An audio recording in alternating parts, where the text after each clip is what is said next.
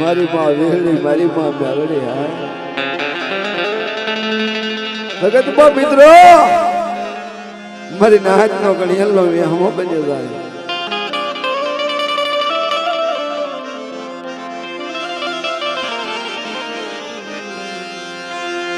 તો લટ બોરો